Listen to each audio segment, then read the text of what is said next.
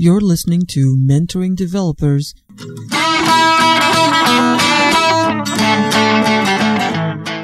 So I wanted to ask you about your motivation, because you're talking about these very advanced topics, but you're building very, you're talking about Battleship Gray. You're building things that for your clients, they don't care. They really don't care how you do it, but you're doing it in modern ways. Okay. So what's your motive? Why are you doing that? And what's your motivation? Oh, one word: change. You see, we have to constantly deal with change. And the problem of business systems, it used to be really, really easy when you could build a business system where all the data for that business application was stored on that one computer, and the person was sitting in front of it was editing that whatever accounting application, whatever it was. They had the data and they were the only one looking at it. As soon as we got into networks, local area networks within businesses where the data was not on the computer that the person was working on, it was on some shared file server, and now we had multiple users all accessing that same data, everything changes at that point. Because now you have contention, you have concurrency issues insofar as, well, am I looking at out-of-date information? I've got two users both trying to edit the same piece of information, and then we have to control that information. So now all of a sudden, we need to have some code on the server and some code on the client in order to orchestrate the ability for more than one person to work on a centralized piece of data. Now, it's specifically relevant in a business scenario and less so in a consumer scenario, because let's take consumer scenarios as I'm building a to-do list. Well, it's my to-do list, and nobody else is going to look at my to-do list. I have a calendar application. I might be out in the cloud, but it's only me looking at it. In a business-type scenario, you've got inventory information that maybe there are multiple order entry clerks that are consuming information from inventory. You've got people who are ordering material, and you may have multiple purchasing people. Well, you don't want them to be purchasing the same thing. You've got people releasing work out into the shop floor. There's all kinds of concurrency issues because all the people in that company are all trying to work on the same set of data and manipulate that same set of data. So over the years, we've tried a number of different ways of balancing where the logic should go.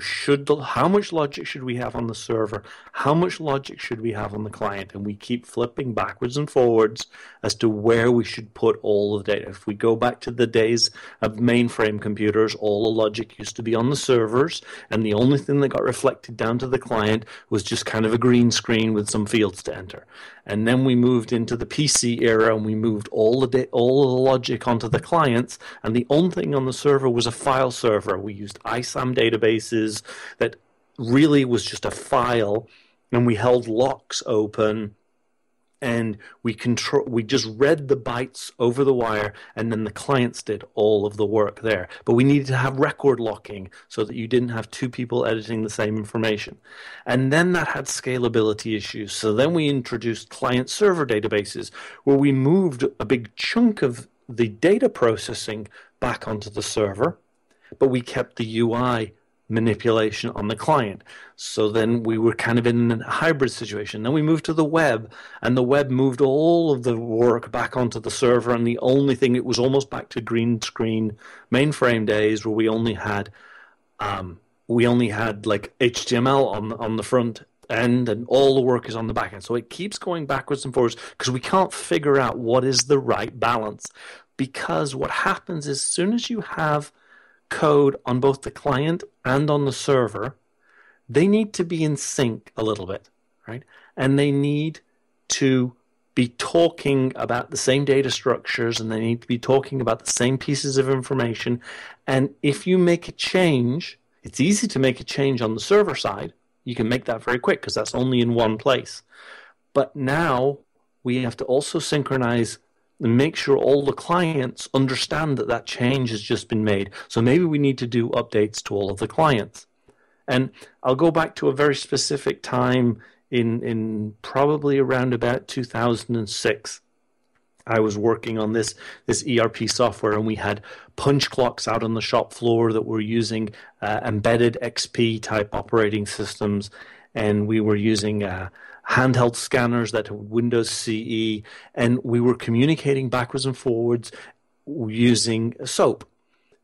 To make requests backwards and forwards from these client devices to the server devices to the server. And we had logic on the server because that was where it made sense to make some of these business decisions close to where the data was. That was the most efficient place for it.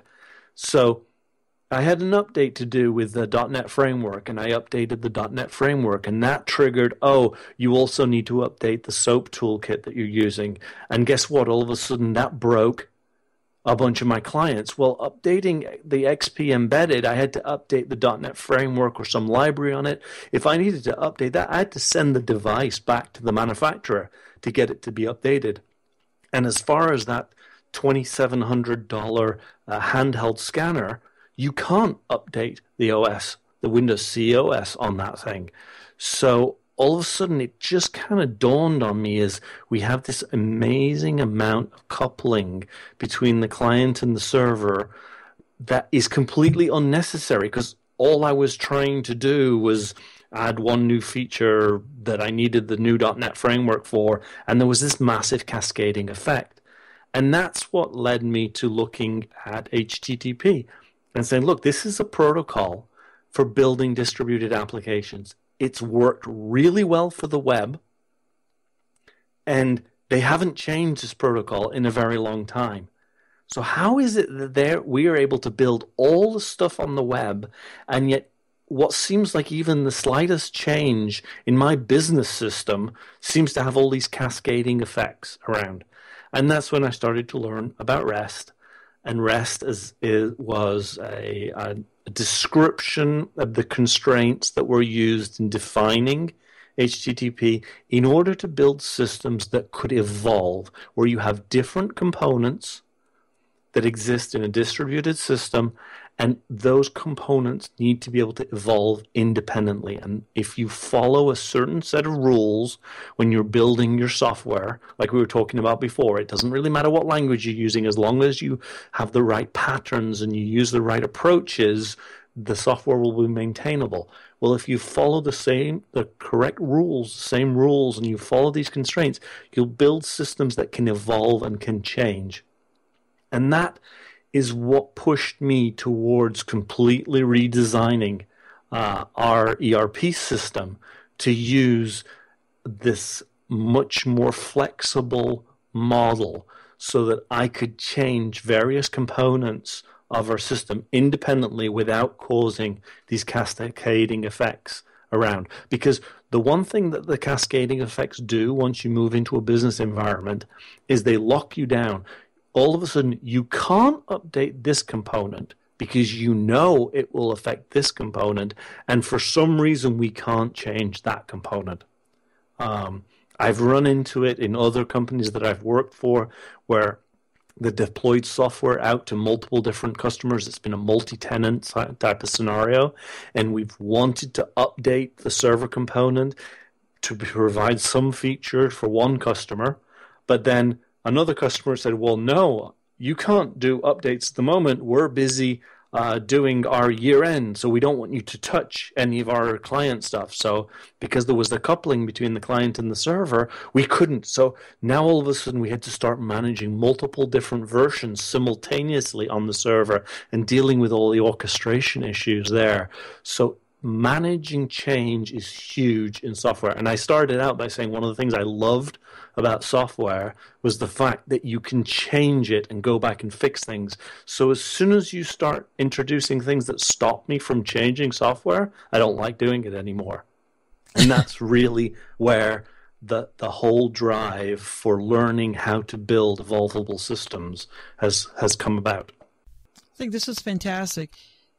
Even if you're working on an application that is for an enterprise, for a traditional company, you can still use modern concepts, because a lot of times, I shouldn't say modern concepts, but I should say proven concepts, because they may not be modern. HTTP is not modern, but the way we're using it is proven, and if we can use it to solve a problem, we should do that. And I think for new developers, for people who don't have that experience, maybe they haven't gone through the pain of using SOAP services, and they don't know when you talk about evolving your client and your server separately, maybe they're not really sure what that means. So what we can say to them is that if you use this thing called RESTful services, which is also, you can also call it HTTP services, but REST implies a certain discipline that HTTP is free for all, right? It applies some additional constraints upon HTTP, although it is really the way HTTP is supposed to be used in order to build evolvable systems. But maybe evolution isn't critical for you.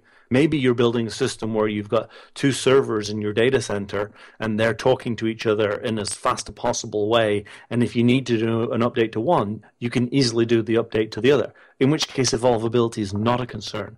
To bring it to a more modern example, I think mobile apps are by far the best example.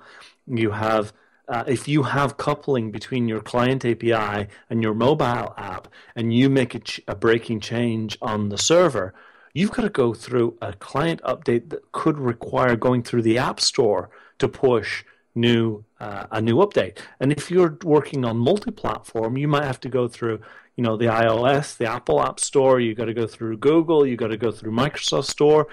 That all of a sudden is a lot of friction in order to deploy a new client application. So there's a lot of incentive there to build systems where they are completely decoupled, or very loosely coupled, should I say.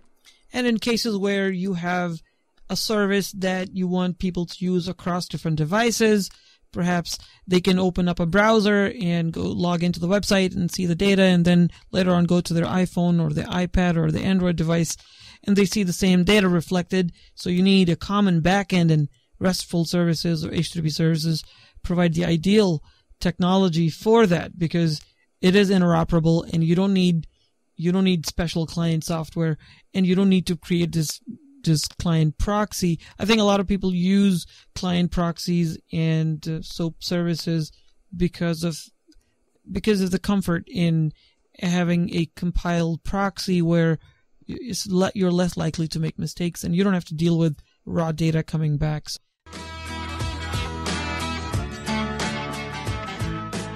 For show notes and transcripts, visit us at mentoringdevelopers.com.